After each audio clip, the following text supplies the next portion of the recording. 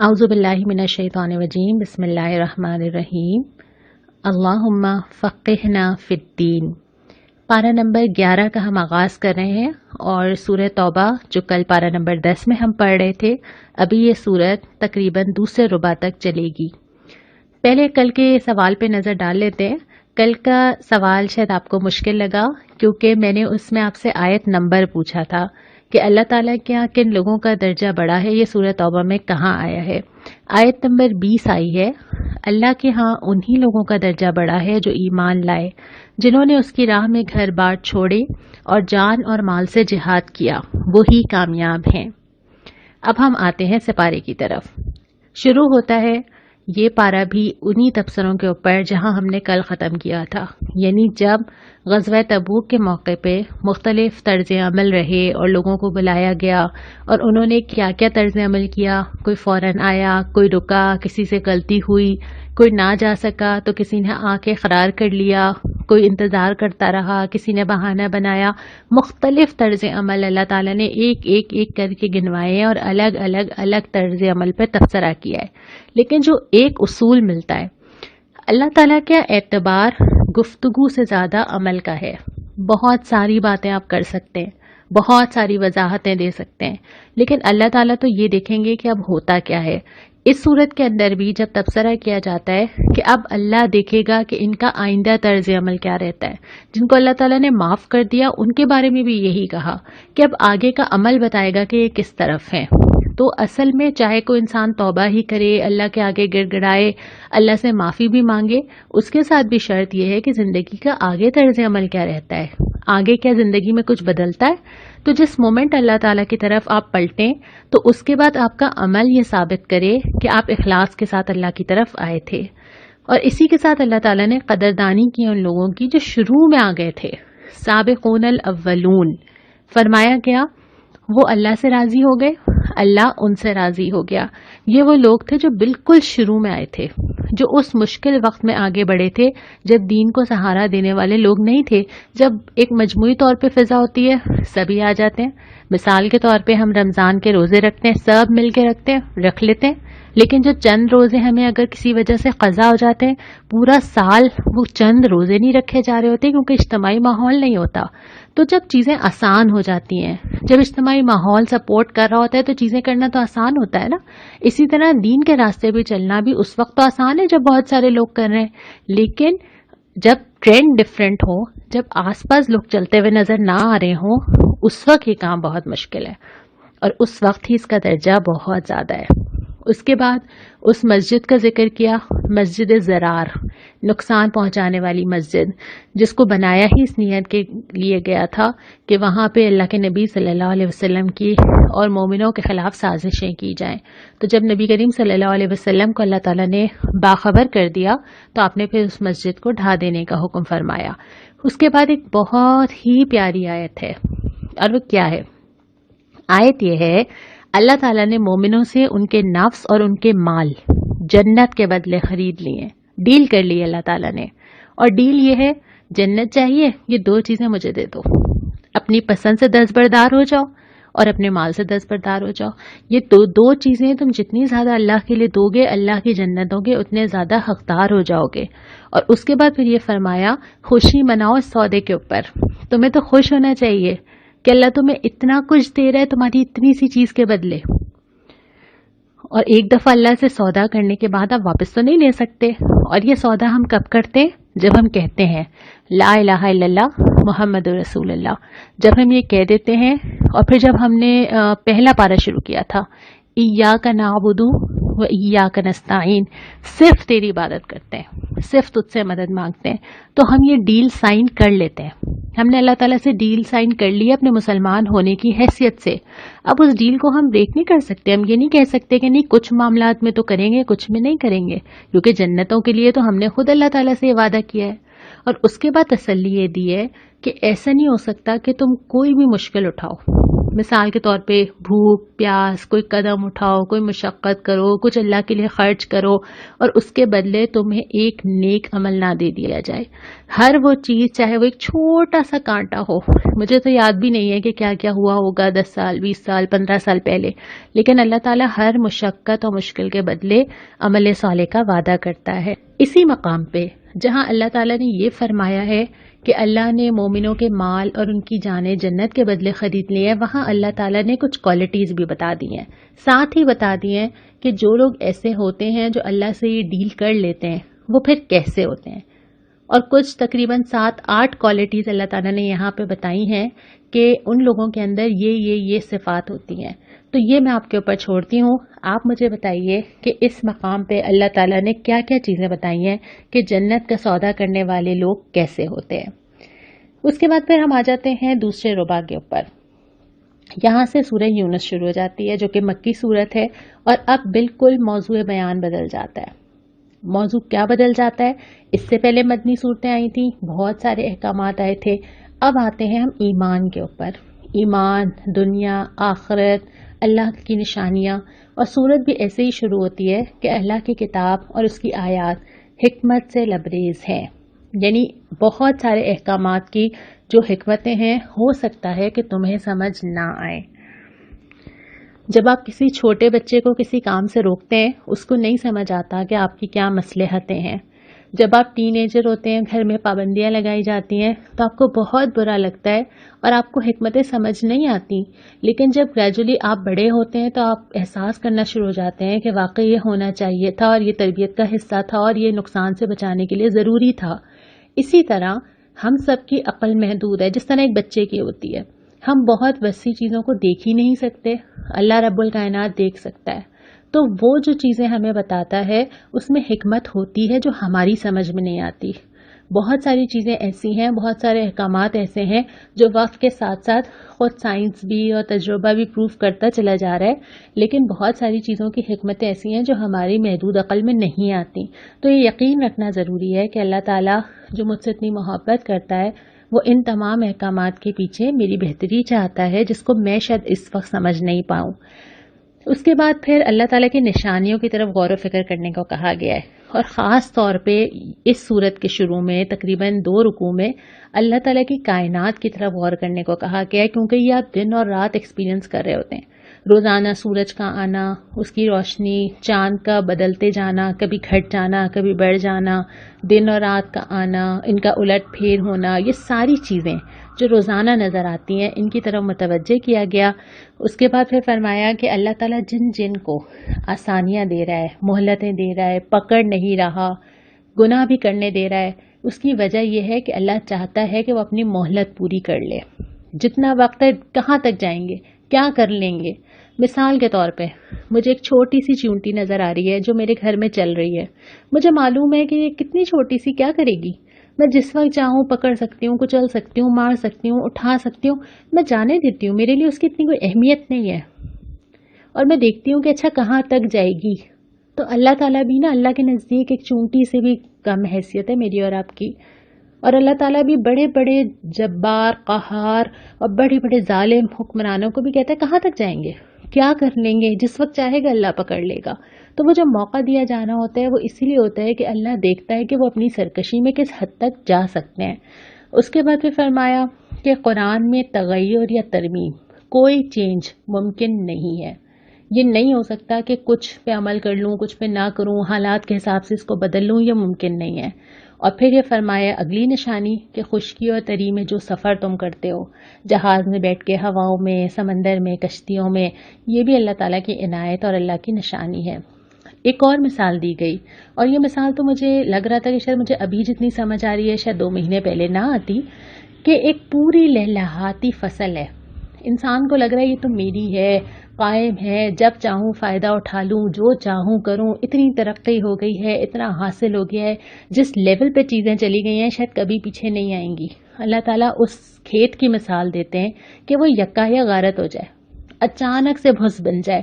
اور تھوڑے دن پہلے انسان سمجھ رہا تھا کہ میری تو ساری طاقت اور میری محنت اور ساری چیزیں، کیا ایسا اب ہمارے ساتھ نہیں ہوا؟ کہ وہ ساری زندگی، وہ پلاننگز، وہ ٹریولنگ، وہ دنیا، وہ باہر نکلنا، وہ ملنا، ایک مومنٹ لگا اور ہم واپس آ گئے اسی جگہ پہ، بس سب کچھ ختم ہو گیا، ساری اکانومی، ساری پلانز، سب کچھ ختم ہو گیا۔ تو یہ اللہ تعالیٰ نے دنیا کی بے ثباتی کا ذکر کیا ہے کہ جو دنیا نظر آتی ہے نا، یہ اتنی ہی ٹیمپرری اور اتنی ہی بے وقت چیز ہے۔ اس کے بعد پھر تیسرے ربع کے اوپر آ جاتے ہیں۔ تیسرے ربع کے اندر سوالات کیے گئے اور یہ سارے سوال وہ ہیں جو سوچنے پہ مجبور کرتے ہیں۔ سوال کیا جاتا ہے کون زمین اور آسمان سے رزق دیتا ہے، پھر سماعت، بصارت کی قوتیں، جسم کے اندر جتنی چیزیں، آرگنز کام کر رہے ہیں، کس کے ہاتھ میں اس کی طاقت، کون بے جان سے جاندار اور جاندار سے بے جان چیزیں نکالتا ہے، کون بناتا ہے، کون تخلیق کرتا ہے، کون حق کی طرف رہنمائی کرتا ہے، وہ ضرور کہیں گے اللہ۔ اللہ کے سوا کوئی نہیں کر سکتا۔ ایک پینٹنگ میں نے پچھلے دنوں کہیں دیکھی تھی کہ ایک پینٹنگ بنانے میں 3 سال لگ گئے، کیونکہ وہ اتنی اس کی مائنر ڈیٹیلز تھیں۔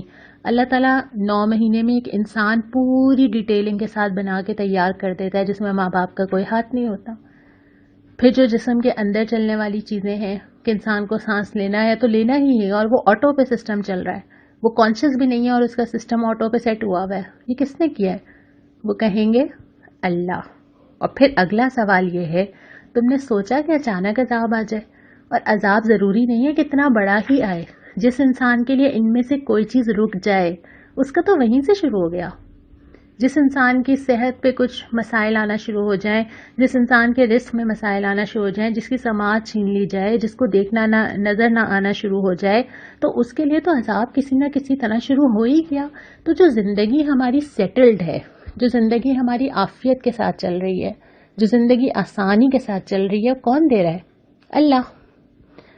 اور اس کے بعد پھر فرمایا کہ اصل میں جو تمام چیزوں سے بہتر چیز ہے نا تمہارے پاس، جس کی شاید ہمیں فار گرانٹیڈ ہم لیتے ہیں، وہ ہے قرآن۔ یہ ان تمام چیزوں سے بہتر ہے جو یہ سمیٹ رہے ہیں۔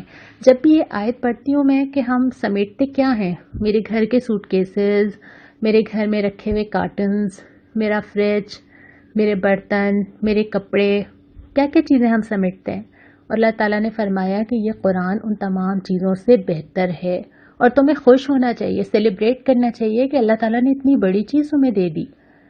لیکن ہم شاید اس قرآن کو اس طرح نعمت کو محسوس ہی نہیں کرتے، کیونکہ ہم نے اس کو کہیں جا کے ڈھونڈا نہیں ہے۔ جب ہم پیدا ہوئے تھے تو ہمارے گھر میں بہت سارے نسخے تھے اور ترجمہ بھی موجود تھا اور گھر میں رکھے ہوئے بھی تھے اور اس سے محبت بھی تھی، اور جب آتا بھی نہیں تھا پڑھنا تو پڑھا بھی دیا گیا تھا۔ تو یہ تو اللہ تعالیٰ کی نعمت تھی، آنکھ کھلی تو قرآن کو موجود پایا۔ تو اس نعمت کو محسوس کرنا بہت ضروری ہے کہ یہ اللہ کی اتنی بڑی بلیسنگ ہے کہ اس کی قدر کرنی چاہیے، اس پہ خوشیاں منانی چاہیے، اس سے تعلق بڑھانا چاہیے۔ اس کے بعد پھر جو پارہ نمبر 11 کا چوتھا ربع آتا ہے، یہ شروع ہوتا ہے انبیاء کے قصوں سے۔ پہلے ذکر کیا جاتا ہے حضرت نوح علیہ السلام کا، کہ جس طرح انہوں نے اپنی قوم کو خبردار کیا، اور اس کے بعد پھر مختلف پیغمبروں کا، حضرت موسیٰ کا ذکر بھی آتا ہے، حضرت ہارون کا ذکر بھی آتا ہے، حضرت موسیٰ کا اپنی قوم کے ساتھ نکلنا، حضرت موسیٰ کا دعا کرنا، بنی اسرائیل کا سمندر کے درمیان سے جانا اور اللہ تعالیٰ کو سمندر کو درمیان سے 2 حصوں میں ڈیوائیڈ کر دینا اور اس میں سے راستہ بنا دینا۔ یہ ساری چیزیں وہ تھیں جو ساتھ ساتھ نبی کریم صلی اللہ علیہ وسلم کو تسلی دی جا رہی تھی کہ اللہ اپنی قدرت سے اس طرح راستے بنایا کرتا ہے، اور اہل ایمان کو حوصلہ دیا جا رہا تھا کہ اللہ کی راہ میں چل کے کوئی بھی نامراد نہیں ہوتا۔ وقتی طور پہ مشکل ہوتی ہے، لیکن جب وہ مشکل اٹھائی جاتی ہے تو سامنے پھر اللہ تعالیٰ کھڑا ہوتا ہے اور اللہ تعالیٰ راستے آسان کر دیتا ہے۔ اس کے بعد پھر یہ فرمایا کہ اللہ تعالیٰ اگر چاہتا تو زمین میں سب مومن ہوتے، لیکن اللہ تعالیٰ موقع دیتا ہے، مجبور نہیں کرتا۔ اور پھر وہی سوال دوبارہ اٹھائے کہ ذرا آنکھیں کھول کے تو دیکھو، اور ایک تسلی بھی دی گئی کہ ہم پر حق ہے کہ ہم مومنوں کو بچا لیں۔ اللہ تعالیٰ مومنین کو مدد کرنے کو، ان کی دعا قبول کرنے کو، ان پہ رحم کرنے کو، ان کی توبہ قبول کرنے کو، ان کو برکت دینے کو اپنے اوپر خود ہی لازم کر لیتا ہے کہ جو لوگ اللہ کی طرف بڑھیں گے، پرابلمز ہوں گی، شروع میں مشکل ہوگی، تھوڑا سا سٹیپ لینے پڑیں گے، اس کے بعد اللہ تعالیٰ کہتا ہے کہ جب وہ ڈیسیشن لے کے میری طرف قدم بڑھا دیں گے تو اللہ تعالیٰ ان چیزوں کو اپنے اوپر لازم کر لیتا ہے کہ اللہ تعالیٰ ان کا ساتھ دے، ان کے لیے چیزیں آسان کر دے، ان کو سہولت دے۔ لیکن مطالبہ کیا ہے؟ وہ یہی ہے جو اس صورت کے آخر میں آ رہا ہے کہ یکسو ہو کر اپنے آپ کو اس دین پر قائم کر لو۔ یکسو ہونا یہ ہوتا ہے کہ انسان طے کر لے کہ بس اب یہی میرا راستہ ہے اور اسی پہ مجھے چلنا ہے، اور پھر کوئی شک، کوئی اگر مگر، کوئی سوال، کوئی الجھن، کوئی کنفیوژن دل میں نہ رہے۔ پھر آخر میں تسلی دی ہے کہ جو سیدھی راستے پہ چلے گا اپنے لیے فائدہ کرے گا، اور جو نہیں چلے گا تو وہ اپنے لیے تباہی خود طے کرے گا۔ یہاں پہ یہ صورت مکمل ہوتی ہے اور پھر سورہ ہود کا آغاز ہوتا ہے۔ سورہ ہود بھی مکی صورت ہی ہے اور اس کا بھی انداز بیاں کم و بیش یہی ہے۔ تو ہم انشاءاللہ تعالیٰ کل جب ہم 12واں سپارہ پڑھیں گے تو پھر ہم سورہ ہود کا یہاں سے شروع کریں گے جو ہمارا اس پارے کا آخری صفحہ ہے۔ آج پارہ ہمارا جلدی مکمل ہو گیا ہے تو ہم کچھ سوالات کے جوابات دیکھ لیتے ہیں۔ آفتہ پروین صاحبہ، آپ نے پوچھا کہ کیا 500 میں لوڈو بھی شامل ہے، اور یہ سوال پڑھ کے مجھے وہ رپورٹ یاد آ گئی کہ دنیا بھر میں لوڈو کھیلنے والے افراد کی تعداد میں کئی گنا اضافہ ہو گیا اس وقت جبکہ سب گھروں کے اندر ہیں۔ شاید اسی لیے سوال بھی آیا ہے۔ دیکھیں، جہاں پر ہم نے سورہ مائدہ میں پڑھا تھا نا کہ اللہ تعالیٰ نے یہ چیزیں حرام کی ہیں، وہاں پہ جو لفظ آیا تھا ان تقسموا بالازلام، کہ تم پانسوں سے اپنی قسمت معلوم کرو۔ اصل مسئلہ وہ ڈائس کی شیپ نہیں ہے، اصل مسئلہ یہ ہے کہ اس سے کیا جا رہا ہے۔ اگر آپ اس شیپ کو بٹن میں تبدیل کر دیں تو جوا تو جائز نہیں ہو جائے گا نا۔ اسی طرح اگر آپ لوڈو کے اندر نمبر لانے کے لیے کوئی اور طریقہ اختیار کر لیں تو مسئلہ ڈائس نہیں ہے، بلکہ 500 سے مراد یہ ہے کہ قسمت کا حال جاننے یا لاک آزما کے پیسہ کمانے کے لیے جو چیزیں کی جاتی ہیں، اس مقصد کے لیے اگر کوئی چیز کی جائے گی تو اس میں چاہے پانسے ہوں یا چاہے نہ ہو، وہ کمپیوٹرائزڈ ہو تب بھی وہ حرام ہی رہے گی۔ اس لیے جو سورہ مائدہ کی تفسیر ہے اس کے ضمن میں تو یہ نہیں آتا۔ باقی یہ ہے کہ کوئی بھی چیز جو ہے وہ اگر اعتدال سے زیادہ ہوگی تو وہ بہرحال آگے جا کے لعب میں یا غیر ضروری چیزوں میں شامل ہو سکتی ہے۔ اس کے بعد شاہینہ، آپ نے امریکہ سے پوچھا ہے کہ جو نان ذبیحہ چکن ہے کیا یہ کھا سکتے ہیں؟ دیکھیں، ہم نے جتنا بھی پڑھا کہ اللہ کے سوا کسی اور کا نام لیا گیا ہو تو اس کو نہیں کھایا جا سکتا۔ اس کی 3 چیزیں ہو سکتی ہیں۔ پہلی چیز یہ کہ جو چیز ذبح کی گئی ہے اس پہ اللہ کا نام لیا گیا ہو، ظاہر ہے وہ حلال ہے۔ دوسری چیز یہ کہ اللہ کے سوا کسی اور کا نام لیا گیا ہو، ظاہر ہے وہ حرام ہے۔ تیسری چیز یہ کہ کسی کا بھی نام نہ لیا گیا ہو، تب بھی علماء میں 99% افراد کا یہی خیال ہے کہ وہ حرام ہے۔ کچھ لوگوں نے اگر اس کی گنجائش نکالی ہے تو اس کو عمومی طور پہ تو اب نہیں کہہ سکتے۔ اس کے بعد امرین نے پوچھا ہے کہ کیا اللہ کی تخلیق میں رد و بدل کا جو ذکر آیا تھا کیا اس میں یہ بھی ہے کہ انسان خوبصورت نظر آنا چاہے؟ نہیں امرین، ایسا بالکل نہیں ہے، کیونکہ خوبصورت نظر آنا اللہ تعالیٰ نے عورت کے اندر ودیت کیا ہے، اور اس کے لیے آپ جو میک اپ کا استعمال کرتے ہیں، فیشیلز کراتے ہیں، اسکن کیئر کرتے ہیں، اس میں کوئی حرج نہیں ہے۔ حرج یہ ہے کہ جو کاسمیٹک سرجری سے آپ اپنے نقش بدلیں، بوٹاکس استعمال کریں، اس طرح کی ساری چیزیں ہیں جس سے آپ یہ اپنی جو چیز اللہ تعالیٰ نے بنائی ہے ان فیچرز کو بدلنے کی کوشش کریں، لیکن باقی جو چیزیں ان میں کوئی حرج نہیں ہے۔ انیلا، آپ نے پوچھا تھا کہ جب ہم نے یہ بات کی تھی اولاد کو قتل نہ کرو تو کیا ابارشن جو ہے وہ کروا سکتے ہیں یا نہیں کروا سکتے جبکہ آپ کے پاس صحت کا ریزن ہو؟ دیکھیں، اس کی کوئی گنجائش نہیں ہے، ٹھیک ہے؟ اگر بھی کروا لیا ہے تو اس پہ اللہ تعالیٰ سے بہت توبہ کرنے کی ضرورت ہے۔ جہاں یہ بات آئی تھی وہاں وہ وقفے کے حوالے سے آئی تھی، لیکن وہ بھی کیس ٹو کیس، اور وہ بھی اس صورت میں جب آپ کا ڈاکٹر بھی دیندار ہو، وہ آپ کو صحیح شرعی رائے دے سکتا ہو، واقعتاً جینوئن ہیلتھ کے پرابلمس ہوں اور وہ پرابلمس حل بھی نہ ہو سکتے ہوں۔ پہلی کوشش تو کی جائے گی کہ وہ سارے مسائل حل کیے جائیں جو رکاوٹ ہیں، اس کے بعد بھی ڈاکٹر کیس ٹو کیس دیکھے گا، اس لیے اس کو کسی بھی طرح سے ہم اصول یا کسی بھی طرح سے ہم فتویٰ نہیں دے سکتے۔ ایک بات یہ آئی تھی کہ آپ کچھ سوالات کے جواب اگر زیادہ ڈیٹیل سے آ جائیں، جیسے نبی کریم صلی اللہ علیہ وسلم سے تعلق میں ہم نے درود کا ذکر نہیں کیا۔ اچھا، اس کا جواب یہ ہے کہ ہم جو سوال آپ سے کر رہے ہوتے ہیں وہ اسی سپارے کو بیس کر کے کر رہے ہوتے ہیں۔ اس سپارے کے اندر اس بارے میں جو بات آئی ہے نا، ہم جواب میں آپ سے وہی مانگ رہے ہوتے ہیں۔ ظاہر ہے سب کے لیے تو یہ پاسبل نہیں ہے نا کہ وہ اس ٹاپک پہ پوری اسٹڈی کریں اور ہر جگہ سے لا کے جوابات دیں۔ صرف جو سپارہ ہم نے پڑھا ہے اس میں آپ کو اس کے بارے میں کیا جواب ملا ہے۔ ایک اور سوال ہے لیکن اس میں نام نہیں لینا کیونکہ بچوں کو پتہ چل جائے گا، اور سوال یہ ہے کہ آج کل کے بچے بدتمیزی کرتے ہیں، کیا کیا جائے؟ کیا بچے صرف بدتمیزی کرتے ہیں اگر میں آپ سے یہ پوچھوں کیا ماں باپ نہیں کرتے؟ کیا ماں باپ جھڑکتے نہیں ہیں، چیختے نہیں ہیں، بعض اوقات ہاتھ بھی اٹھا لیتے ہیں؟ تو مسئلہ یہ ہے کہ یہ انسان کرتے ہیں اور اپنی تربیت کی وجہ سے کرتے ہیں، جب وہ بچے ہوتے ہیں جب بھی، اور جب وہ ماں باپ بنتے ہیں جب بھی۔ اور اس بات کا خیال رکھنا بھی بہت ضروری ہے کہ جس طرح ماں باپ کی ایک رسپیکٹ ہے نا، اس طرح بچوں کی بھی ایک رسپیکٹ اور حقوق ہیں۔